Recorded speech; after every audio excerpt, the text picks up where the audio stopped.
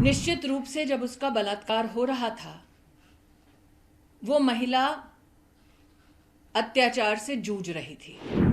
सवाल ये उठता है कि क्या किसी ने उस फ्लोर पर उस महिला के चिल्लाने की आवाज को नहीं सुना?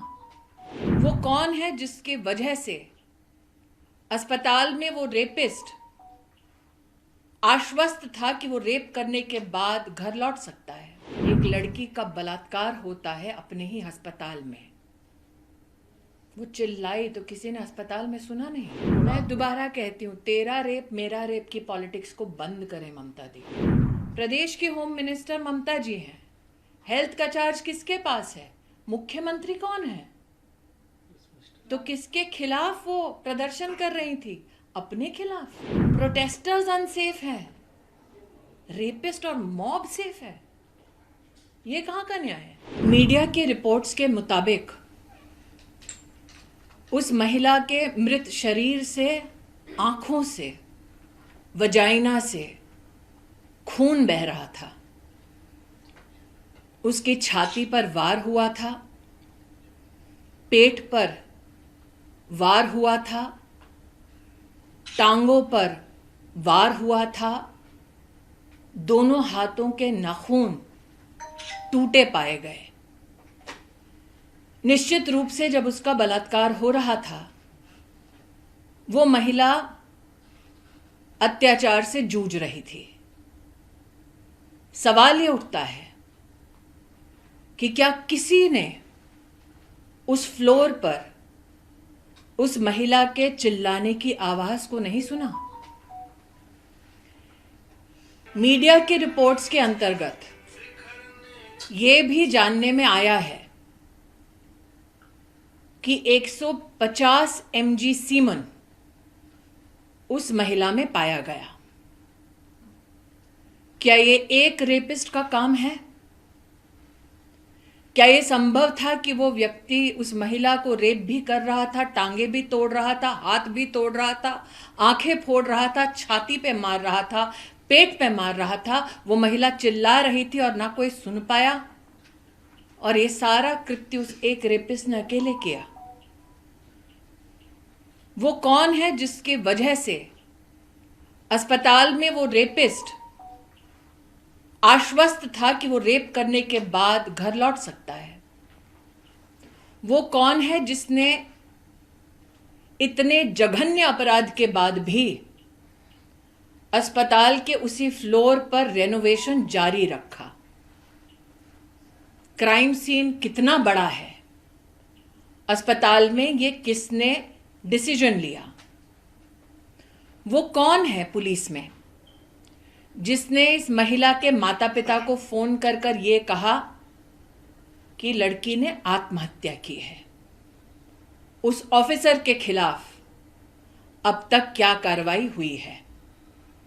उस ऑफिसर को किसने निर्देश दिया, इंस्ट्रक्शन दिया कि वो लड़की के माता पिता को ये कहें कि सुसाइड हुआ है?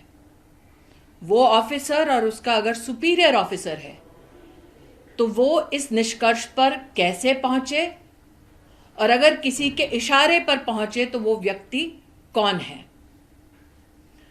सवाल ये भी उठता है कि रेपिस्ट निश्चिंत है, लेकिन प्रोटेस्टर्स पर मॉब आकर हमला करती है। ये कैसे संभव है कि गुंडों की एक फौज इकट्ठी होती है शहर में और पुलिस को पता तक नहीं चलता? ये कैसे संभव है कि गुंडे आकर, मॉब आकर अस्पताल में तोड़फोड़ करते हैं और मीडिया की रिपोर्ट ये कहती है उन चीजों के साथ तोड़फोड़ करते हैं जो शायद एविडेंस का हिस्सा है? आज मैं सबसे गुजारिश करती हूं, सबसे निवेदन करती हूं, हम में से कई हैं जो मीडिया में हैं, पॉलिटिक्स में हैं, साधारण नागरिक का जीवन जी रहे हैं। निर्भया के निर्मम कांड के बाद हम सब हिंदुस्तानियों ने आवाज उठाई थी। कानून में भी बदलाव लाया गया, कानून को सख्त किया गया, जुडिशरी में आज महिला के ऊपर हुए अत्याचारों के केस कितने समय से लंबित हैं, इस वक्त मैं उस पर चर्चा नहीं कर रही। जो प्रोटेस्टर्स इकट्ठे हुए कलकत्ता शहर में, वो शायद एक दूसरे को ना जानते हैं, ना कभी किसी ने किसी से एक दूसरे का धर्म पूछा, ना रीजन पूछा, ना जाति पूछी, ना वोट प्रेफरेंस पूछा। विषय है कि उस लड़की को न्याय मिलेगा या नहीं मिलेगा। मैं आज हर उस प्रोटेस्टर से जो सड़कों पर उतरा है इस महिला को न्याय दिलाने के लिए, उनसे कहना चाहती हूं, पश्चिम बंगाल के हर उस नागरिक के साथ जो इंसाफ की तलाश में है, पूरा देश एकजुट होकर खड़ा है। लेकिन हमें सवालों पर वापस ध्यान केंद्रित करना है। एक लड़की का बलात्कार होता है अपने ही अस्पताल में। वो चिल्लाई तो किसी ने अस्पताल में सुना नहीं। उसकी टांगें तोड़ी गई, पेल्विक रीजन तोड़ा गया, हाथ तोड़े गए, नाखून उखाड़े गए, छाती पर मारा गया, पेट पर मारा गया, आंखें फोड़ी गई, वजाइना से ब्लीड कर रही थी, आंखों से ब्लीड कर रही थी, और ये सब एक रेपिस्ट ने किया। सवाल कई हैं, जवाब का इंतजार जनता को है। मैम, मुख्यमंत्री ममता बनर्जी ने कुछ देर पहले ही उन्होंने भी एक प्रोटेस्ट रैली मार्च किया है। उसमें वो कह रहे हैं कि जो मुझे पता चला कि आरजीकर में जाकर सीपीएम और भाजपा ने तोड़फोड़ की है 14 तारीख को। मैं दोबारा कहती हूं, तेरा रेप मेरा रेप की पॉलिटिक्स को बंद करें ममता दी। क्या अब लड़की के बलात्कार के लिए, उसके इंसाफ के लिए हिंदुस्तान की जनता तभी आवाज उठाएगी उस लड़की की और उस प्रदेश की पॉलिटिक्स को देखकर? और अगर ममता जी को लेफ्ट विंग से इतनी ही परेशानी है तो इंडिया अलायंस छोड़ दें। लेकिन प्रश्न उठता है कि मिचिल विरोध प्रदर्शन किसके खिलाफ किया? प्रदेश की होम मिनिस्टर ममता जी हैं। हेल्थ का चार्ज किसके पास है? मुख्यमंत्री कौन है? तो किसके खिलाफ वो प्रदर्शन कर रही थी? अपने खिलाफ। जनता की आंखों में धूल झोंकना बंद करें।